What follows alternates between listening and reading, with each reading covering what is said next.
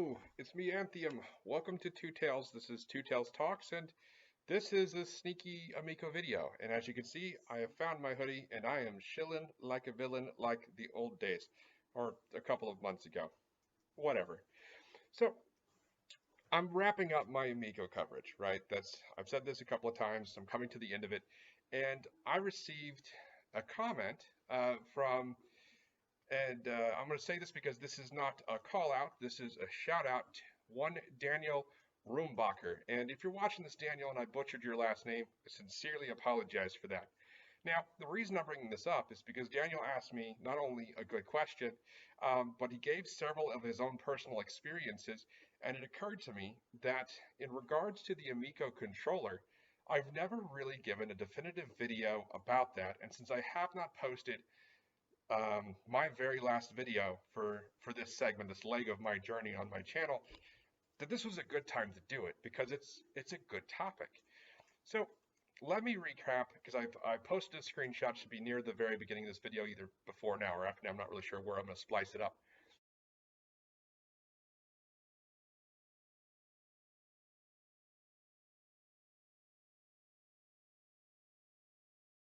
But so Daniel basically, he complimented me saying I was down to earth. I do appreciate that.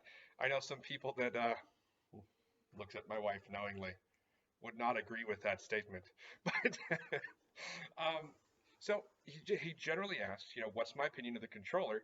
Um, he mentions the success of the Nintendo 3DS and the Switch, um, but they think that the input method was the driving force for the success of these consoles.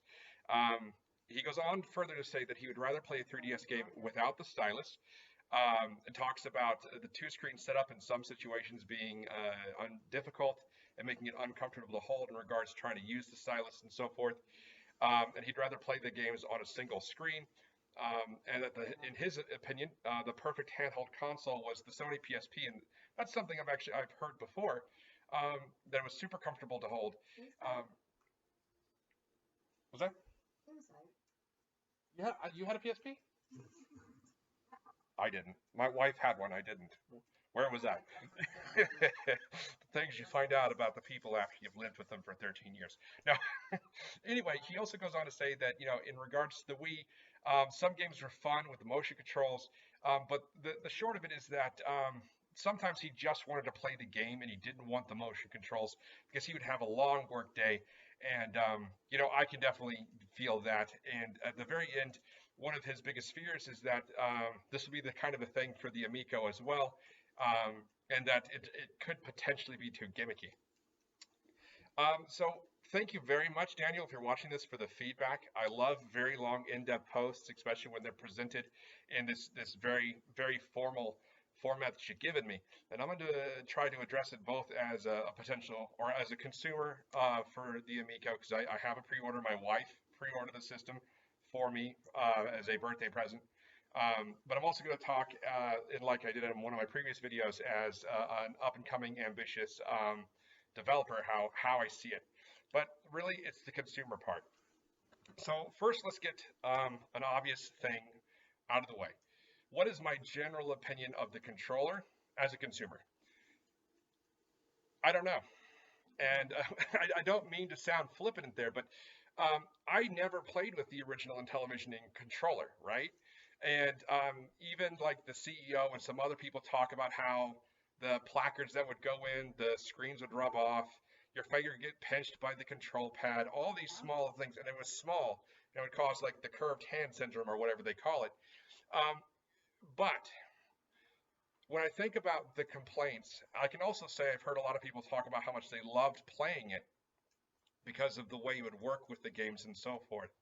And I think both those pros and cons exist together harmoniously. It was side effects of the hardware at the time. And what we're seeing is a controller. I see more of a cell phone, right? But if you're someone who sees the older hardware in it, what I would like to point out, and this is what I think, is that this is in a sense, a reimagining with not only updated technology, but with far better research behind it. I work in a heavy tech-focused field where I'm on my feet roughly about 12 hours a day for a work shift, ergonomics is a really big thing in industry nowadays.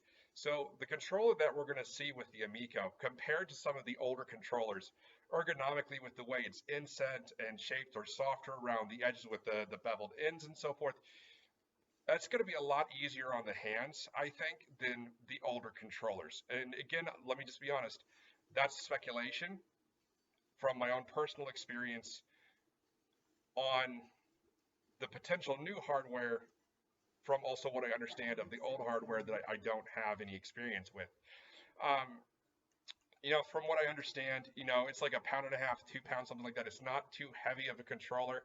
This is something that's been said by the CEO a couple of times, and JT and some other people. If you're following other retro channels, there's some people out there that have actually played the working console as far back as 2019.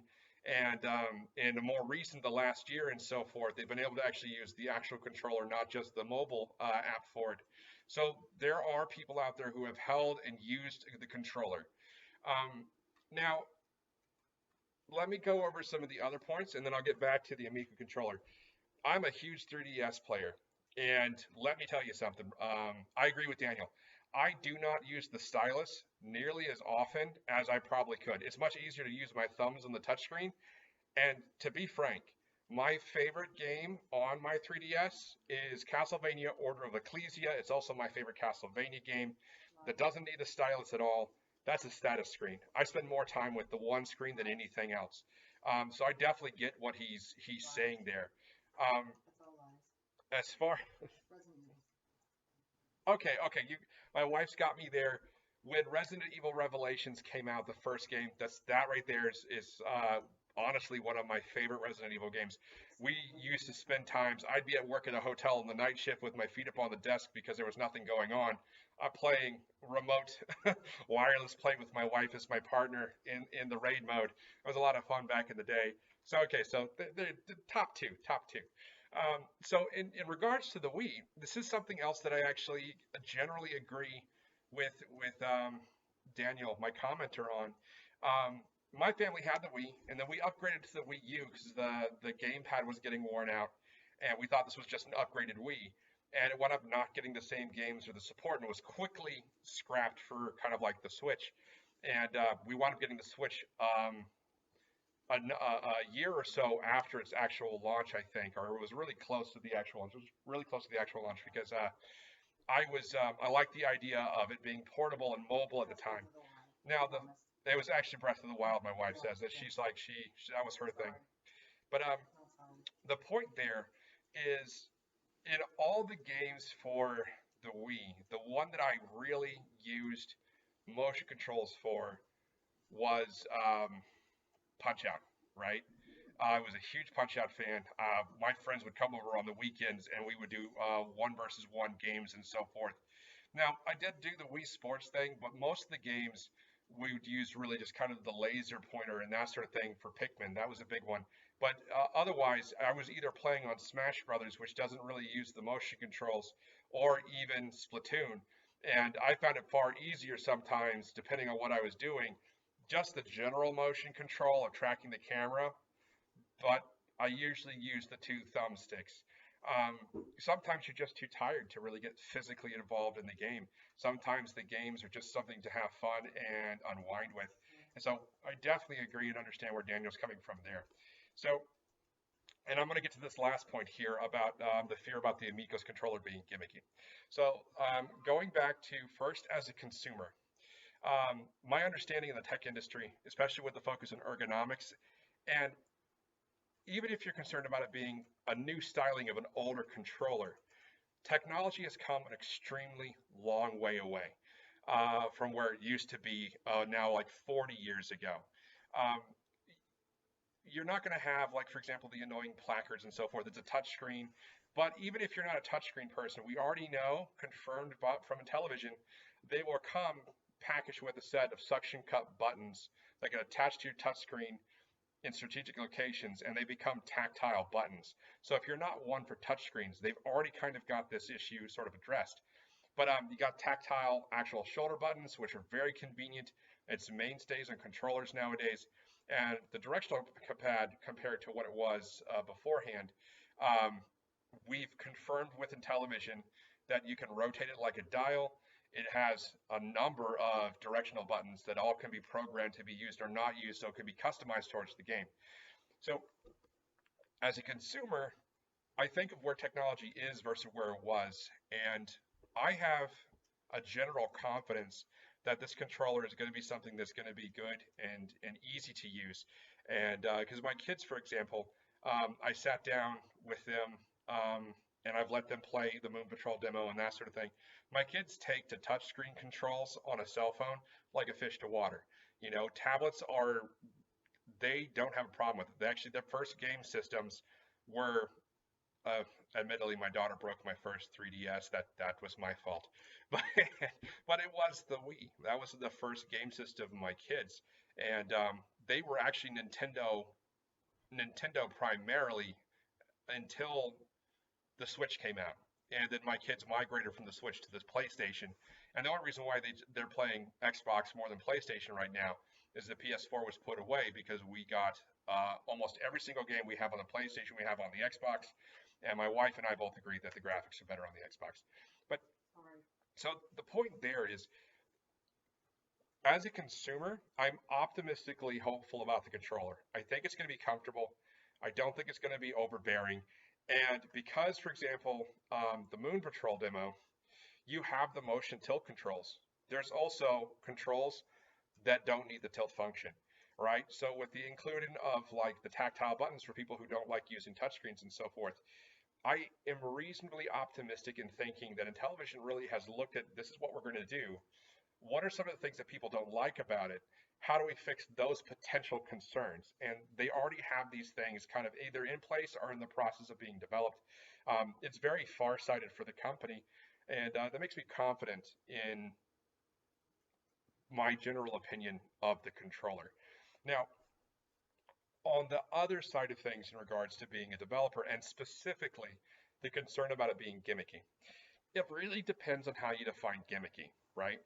Now, there's a handheld game system. I have no idea what the name is. It was showcased on some other shows, but it's got this little crank, and you turn this crank on the side to scroll through your menus, and that's about the only thing the crank is used for.